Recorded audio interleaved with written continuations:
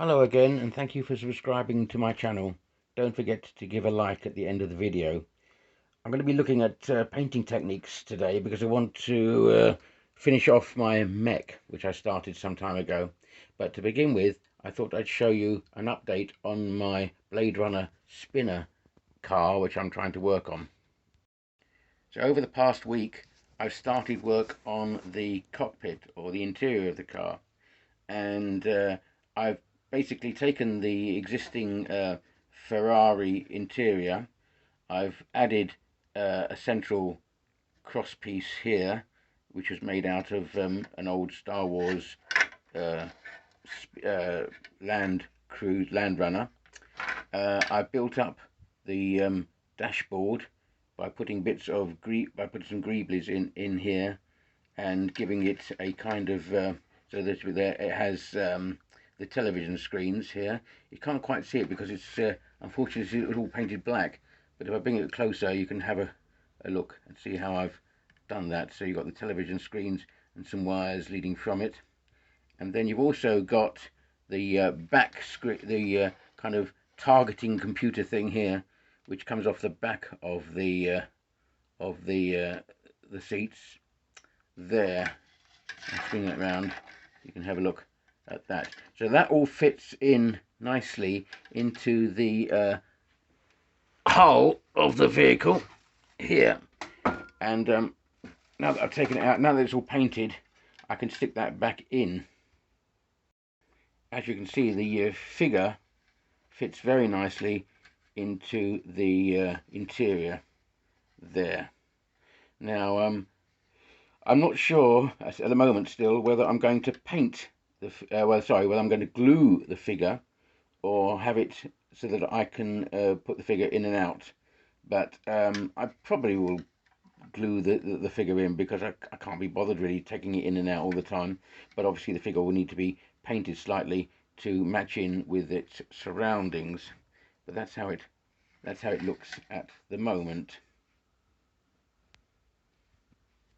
As regards this chassis itself, I decided that I needed to make sure that the doors were able to open and close, because if I had stuck the mandibles to the outside of the vehicle, that would have been impossible. And of course, one of the highlights and nice details of this build will be that the doors are opening and closing. So what I've done is, just turn it around, as you can see, I've cut out some of the front wing, and the mandibles are going to sit inside that wheel arch here.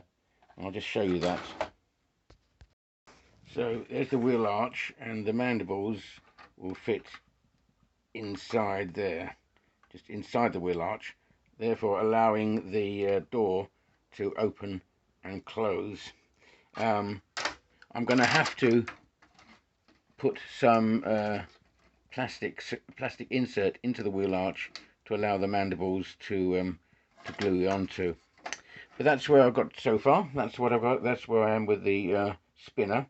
I'm now going to turn our attention to the painting of the Mech. Right. So here we are again with the Mech, and the first thing I want to do is to do the cockpit canopy. So what I'm going to do is I'm going to take some Copydex, and I'm going to paint the Copydex around all the transparent parts to mask them off, so that I can then go ahead and spray the whole canopy, and then take off the Copydex, and you'll be left with the rust-coloured primer along the tops here. Right, so while I'm waiting for the Copydex to dry on the canopy, I'll probably add a second coat actually, just to make sure that the whole of the transparent bits are completely covered. I'm going to turn my attention to the painting. So I've mixed up what I think is a good greenish kind of colour, using some Humbrol matte 106 and some matte 155. Now these are basically some these are leftover paints. These are paints that I got from a bargain bin. So again, with everything that I do with scratch building, it's using what comes naturally. Okay, so now I'm going to show you the little bit of technique that I use for that. So with a little bit of sponge, I've covered some of the sponge with the paint, and then I come over here and I start dabbing it on like that.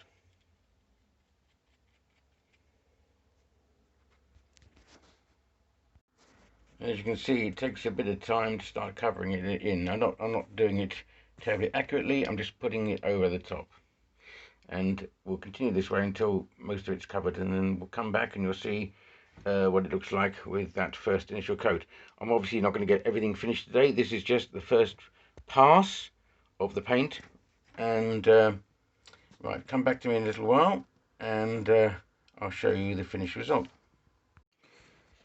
So there you are, that's the painting done, or rather the initial first coat of painting done on the Mech. And as you can see, I've just basically sponged all over with this and with the paint, just dabbing it on. It takes time. You've got to have patience, but that's the first coat. It's by no means finished, of course, because that's just the initial first pass. Then I let it dry and set, and then we start doing it again. This time perhaps with a lighter coat. I'll show you how I'm doing it. It's basically building up layers, building up the layers as we go along. The Copydex is still a bit tacky. I'm going to add another layer of Copydex and then show you what it's like when it's all been sprayed and I peel it off. But anyway, that's the first coating done on the Mech. It's already looking nice and washed out, and you just continue adding and adding and adding the layers. Okay, so I'll show you what it's like when I've finished the cockpit. Okay, so I have sprayed the canopy with the rust colour primer, and now as you can see I'm starting to rub off the Copydex from the transparent parts, and it's, as I say, it's a good masking material because, as you can see, as the Copydex comes off, it leaves the rust colour along the edges, which is what I intended. So come back in a couple of seconds and I'll show you the whole thing entirely. And here we have the finished result for now.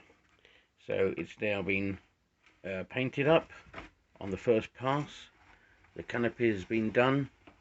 The figure has been put back in again for now anyway. You can see them down there. I obviously got to paint the inside of the cockpit, but that'll come at a different time. There you go. That can be put back down there.